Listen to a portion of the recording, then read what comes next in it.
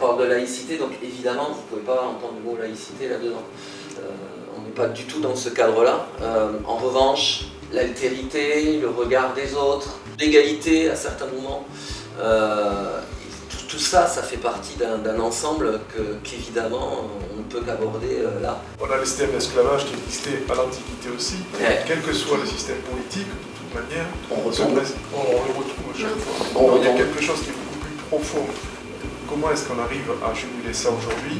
Est-ce que c'est cultiver la tolérance par le biais du principe de laïcité, d'autres, ou même peut-être parfois par certains courants religieux qui peuvent aussi être très tolérants? Plus vous augmentez les différences sociales dans l'humanité, plus vous aurez des conflits.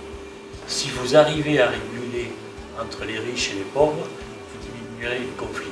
Si on ne mettait pas la loi et si on ne mettait pas ces principes en avant, ben on ouvre la porte à la nature humaine, effectivement.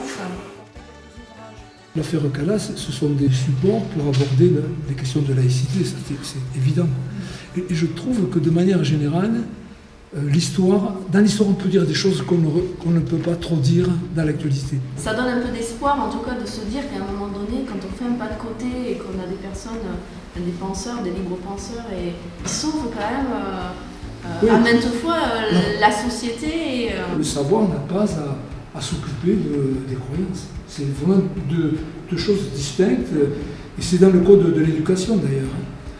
Apprendre aux élèves à faire la distinction entre ce qui tient du savoir, ce qui tient de la croyance et ce qui tient de l'opinion, qui est encore autre chose. La loi de 1905, c'est une loi qui est formidable. Hein. La beauté de cette loi, c'est qu'elle permet à chacun de vivre sa religion, son culte, de l'exprimer, de croire ce qu'il veut, à condition de ne pas empiéter sur la paix sociale, etc.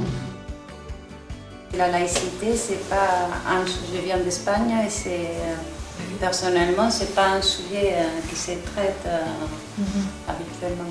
Est-ce qu'on peut faire un sapin au travail? Mais bien sûr. Alors, est-ce qu'il y a l'autorisation? Le sapin de Noël a été utilisé dans le cadre des fêtes païennes, des Saturnales, et des représentations de recherche de lumière, c'était le solstice d'hiver. On représente aussi l'espace public et l'État, d'une certaine façon, en tout cas la mission du service public. Et où on doit pouvoir accueillir tout le monde, tous les citoyens, quelle que soit leur religion. Mais c'est vrai que c'est la neutralité du fonctionnaire qui est la plus rigoureuse en Europe.